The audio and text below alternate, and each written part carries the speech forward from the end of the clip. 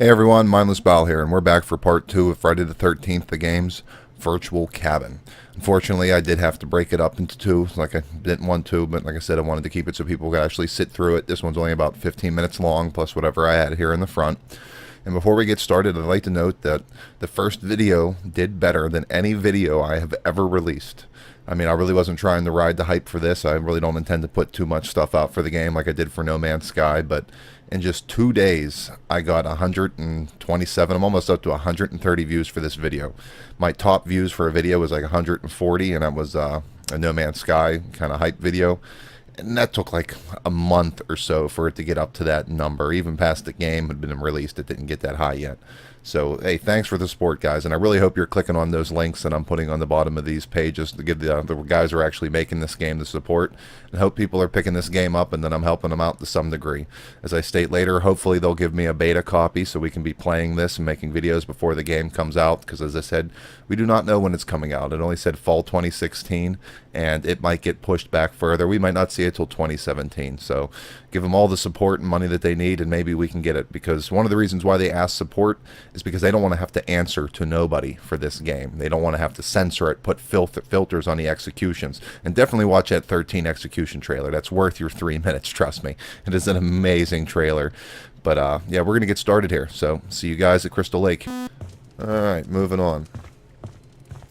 These are the two newest additions to the thing. We have the bathroom and we have the kitchen. These were in the last update, which just happened recently. So we're going to go in here and check out the fun stuff. And here's the first part. This is, they actually put this in here for the guy. Charmin Xsoft Gaming.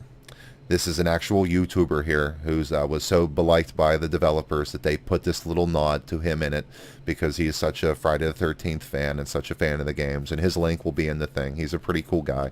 Like I said, he knows this stuff a lot better than even I do. Someone's trying to get in that door again. We got some other things here. We got a depressed trauma in you for people traumatized by seeing their family killed. We got a bloody bathtub. We got a drawer that opens and closes, you know, where potentially we're going to be, you know, finding items and other such things. And we got one little unlockable in this room here.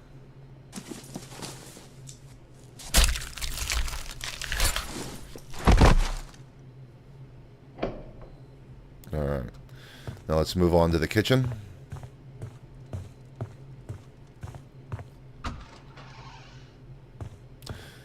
This is the one here that I had to get help with. I was one short, and I could not figure out what the hell else needed to be looked at in order to get this thing.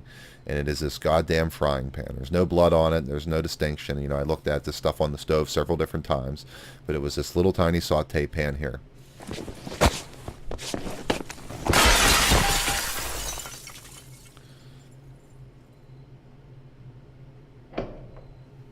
Alright.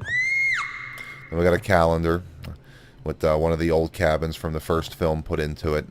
I can't understand the reference to the Gauze boxing gym. Like I said, I didn't watch his video yet. I'm sure he'd be able to tell me what the heck it is. But the boxer in Takes Manhattan is a boxer, but at no point do you ever see him in a gym. So I don't know where that comes from. I'm sure a bunch of these food items and everything else are from the, you know, movies. But like I said, I can't pay attention to everything. They say the rugs and the lamps and everything are from the films in this cabin here. Now we got this little letter from the Unger Institute of Mental Health. And I can't remember if that's from 7 with the telekinetic girl and that's where she was coming from, or if it's from 5 with the Mental Institute where the kids are staying across the lake. Can't remember where the Unger Mental Institute. But, you know, we can interact with all this stuff in here. We can run this. We can run the water. You know, we were able to flush the toilet and do other things. But, you know, we've all seen running toilets and things in games by now. It's great that they're adding that type of detail, but, you know, not really worth putting in the video. So we're going to move on to the back rooms here. Now, as you can see, we've unlocked the full row. We want to kind of do this cross-section, and it'll allow us to unlock the finish to the game. Now we're going to go into the item room next. This is kind of a museum of kill tools and all kinds of other famous things from the game. Now we got all kinds of stuff. We got Friday the 13th on the calendar. We got Killer Axe introducing the JJ Screaming V. Now this is another Takes Manhattan reference. She's killed very early on, but by this electric guitar. She's like a punk rocker chick. She's doing music videos on the bow of the ship, and she goes down into the lower area to get good acoustics, where Jason finds her and bashes her in the face with the guitar. Poor JJ, one of the few deaths I felt bad for, because I've always been identified with the kind of goth, heavy metal rocker chicks. And it was characters like her that more or less turned me into a goth kid, because I always thought they were so cool and the coolest characters in the movies, that I think that's kind of where I kind of emulated things from. Now this was another one I seen from his video after finishing it. This little message here that Court was here. This is from part 6.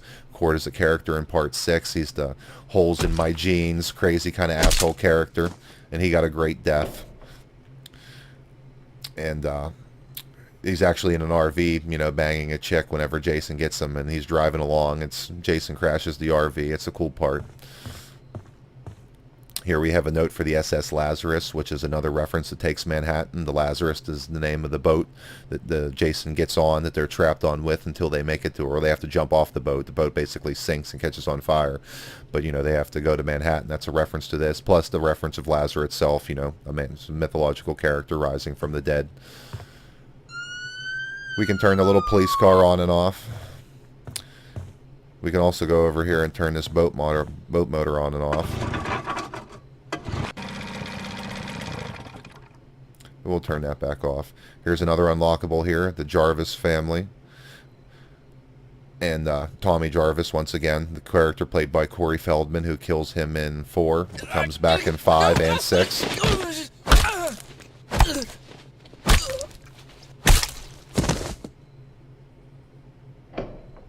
Alright, let's look at some of these super cool items. Now we got a bunch of different things in here, gas canisters.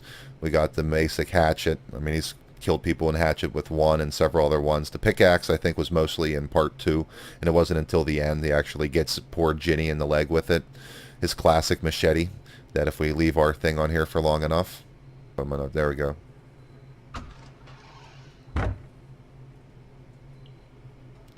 If we look, our door closed.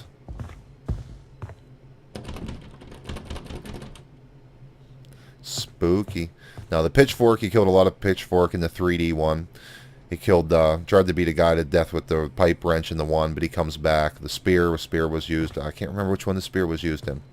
These are just some kind of artifacts from the games. I can't remember exactly where these stuffed birds were from, or where this generator is from, or any of these lamps and things. They really went in detail.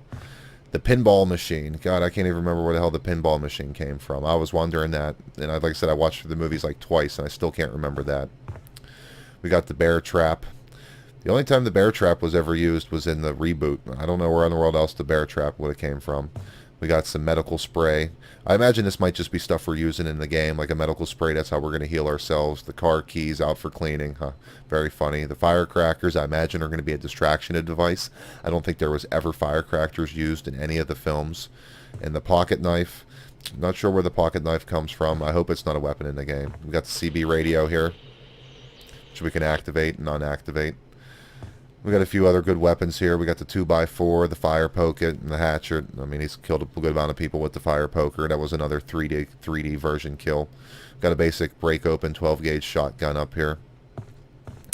We got a metal pipe, a bat, a cooking pot, and a frying pan. And that's about it for the item room. Now we're going to move outdoors to the conservatory. You can see we're almost full up here now. We're almost coming to the end. We got to go out here first. Now we get to do some outside bit here. No, I don't think there's anything on the top here. But we got a little campsite over here. We got a car. And like I said, some of the ways you're going to be able to escape and deal with Jason is you can either like build the car or build the canoe. You got to go around and collect parts to build it. But the fun note is you got 7 of you. Not all of you can fit in the car.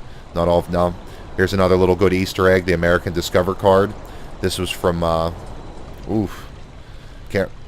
I think this was from number 7. When 2 characters, they're not even involved with the main plot really, but 2 people are driving through the woods, they get stuck and can't go backwards in their VW bug, and Jason confronts them. And after he kills them, you see the American Discover card floating in the puddle of blood. It's kind of a joke to the commercials at that time about the American Discover card. Never leave home without them.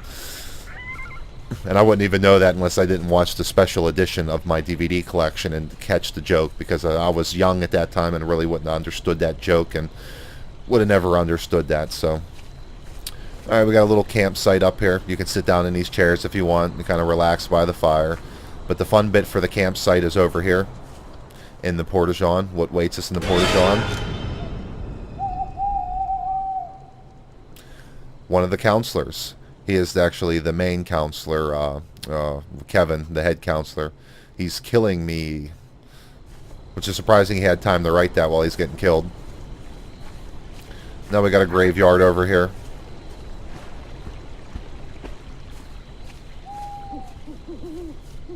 And of course we have the grave of poor Jason Voorhees' mother, Pamela Voorhees.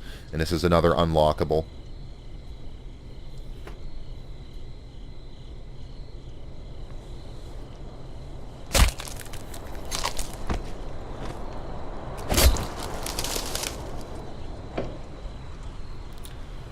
And we heard our door click. Alright, let's make it back to the house. I think I might have missed someone somewhere. Can't quite remember if we missed one. We gotta check the knot board. We got one more room to check out indoors though. And I believe there's only one unlockable there. So we might have missed something. I feel like the board isn't filled up enough. Let's take a look here. No, I think we're good. Let's go into the most part, the part we've been waiting for, the Jason room. Like I said, not only is there multiple counselors, but there's multiple skins of Jason. And there's even special DLCs that I bought. Not only did I pre-order the $30 digital copy on Steam to play on the PC, but I also paid for the $120 steel case machete edition for the PS4. I have the two add-ons for the Tom Savini special design Jason and extra clothes for the counselors. I also bought the $40, $50 hardcover art book as well. I think with the virtual cabin, I think I spent like $250. I wanted to donate money. I wanted to donate money to the Kickstarter project, but I didn't know about this game until like maybe the midway through August, and the Kickstarter ended like way back in November 2015. I could have got my names in the credit and got a beta copy, but I am trying to talk and pester the developers into giving me a beta copy, which I don't know how well that's going to work, but they said they're going to be giving some away here whenever they finally release it. So we got our Museum of Jason showing us. We got a little fun little trick over here, a creep show ticket.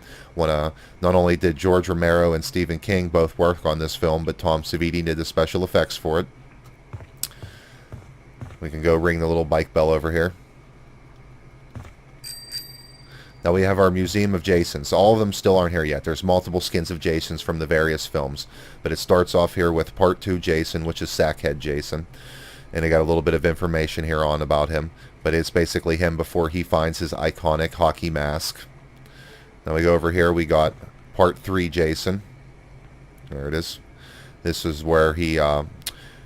after surviving the attack of Ginny, taking the machete to the soldier, he comes over, and like I said, this was the 3D version one, and he finds his iconic hockey mask. And it's great to note that kids 3-4 years old who have never even seen the film, everyone in the world knows the hockey mask symbolizes Jason Voorhees more than it does hockey. I mean, it basically is one of the most iconic things that's ever been done. Now over here we got Part 6 Jason, and as I stated, this is the first undead variant of Jason over here. And this was a great one because he has these little throwing knives in his utility pouch and other weapons as long as his spear. I guess the spear was from 6. As you can see on the back of his head here that he's started to rot and become black because he was in his grave for a long time. And here we got Part 7 Jason. Part 7 Jason was the end of Part 6 with that occult book I told you about at the front in the beginning. I don't know if I told you about the occult book, but Tommy Jarvis finds out that in order to destroy the dead, they have to be taken back to their native place. So he chains Jason up to a large rock and throws him into Crystal Lake. And it isn't until Part 7 comes along that the girl with the telekinetic power accidentally releases him and breaks his chain and wakes him up. And if we look here on the back, you'll see that he started to rot, and then you can start to see his spine and his rib cage through the back of his body. This is when Kane Hodder first starts playing Jason, and he's just massive, nasty, full of power and rage. And like you said, there's still 3 more Jasons left to be revealed. And we got our one last unlockable over here. We have this bloody spear sticking in the mattress.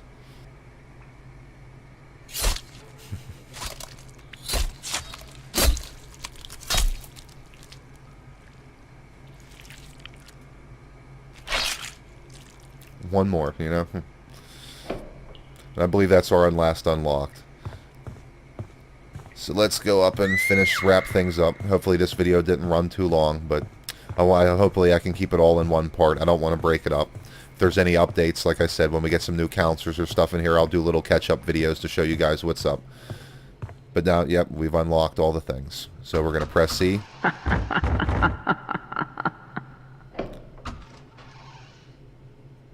Now we're being prompted to go back down below.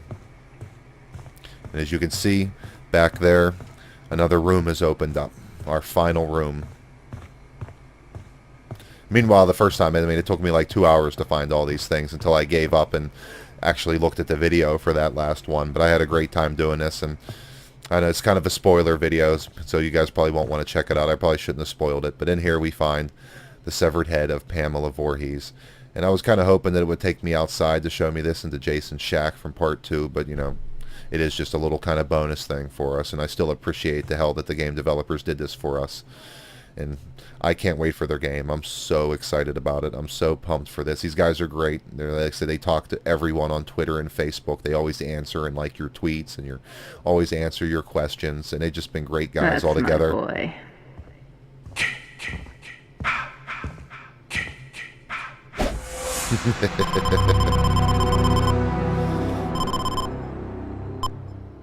There I am, 425th player to die by Jason. As you say, my badge will be transported over to the main game.